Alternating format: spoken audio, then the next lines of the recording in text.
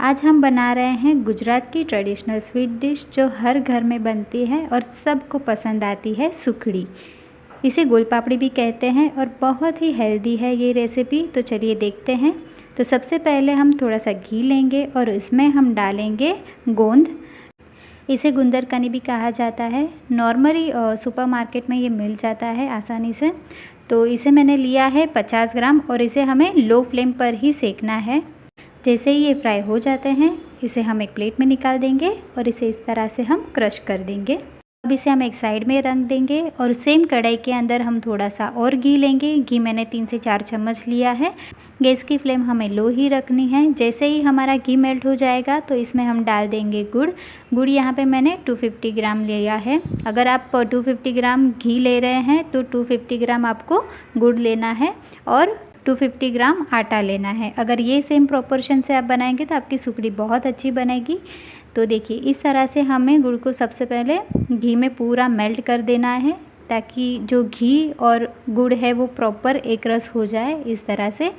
अब इस स्टेज में हम इसमें डाल देंगे आटा। ये गेहूं का आटा है नॉर्मल, जो हम रोटी बनाने के लिए यूज़ करते हैं।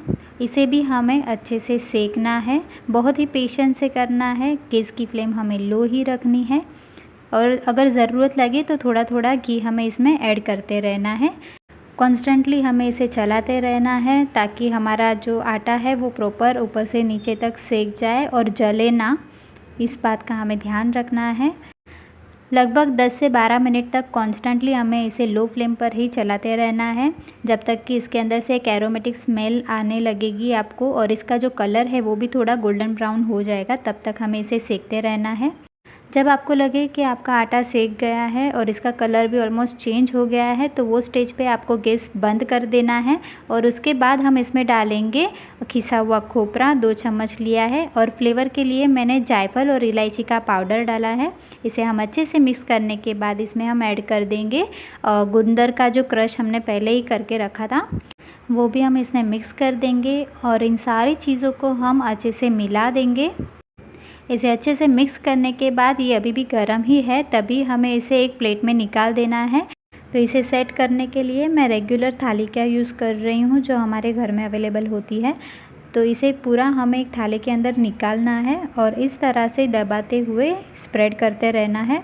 थोड़ा थोड़ा हम इसमें ऐड करते जाएंगे और स्प्रेड करते जाएंगे इस तरह से। ये हो जाने के बाद एक बाटी जैसा कुछ भी लेना है, जो भी आपके पास फ्लैट सरफेस वाला हो, उसके हेल्प से आपको स्प्रेड करते रहना है इस तरह से। और डेकोरेशन के लिए मैंने थोड़े से ड्राई फ्रूट्स लिए हैं। मैंने यहाँ पे आलमंड और कैशू लिया है। आप कोई भी ड्राई फ्रूट्स ले सकते हैं अपने हिसाब से और इसे प्रेस कर देना है। इसे जब हम प्रेस करते हैं तभी इसकी जो साइड्स होती है, इसकी जो कॉर्नर है वो इस तरह से ऊपर आ जाती है। तो इसे भी हमें इसे दबाते हुए नीचे बिठा देना है। प्रॉपर प्रेस कर देने के बाद अब इसमें हम कट कर देंगे। तो इसे शेप देने के लिए मैंने डायमंड शेप दिया है, आप अपने हिसाब से कोई भी कट कर सकते हैं। और इसे हमें लगभग 5 से 6 घंटे के लिए या फिर होम टेम्परेचर में आप ओवरनाइट के लिए भी इसे ठंडा करने के लिए रख सकते हैं। नेक्स्ट डे जब मैंने इसे चेक किया तो हमारी सुखड़ी एकदम अच्छे से जम गई है और ये सर्व करने के लिए बिल्कुल तैयार है। गुजरातीज़ में ज़्यादातर सुखड़ी अष्टमी के एक दिन पहले यानी कि सप्तमी की पूजा के लिए बनाई जाती है।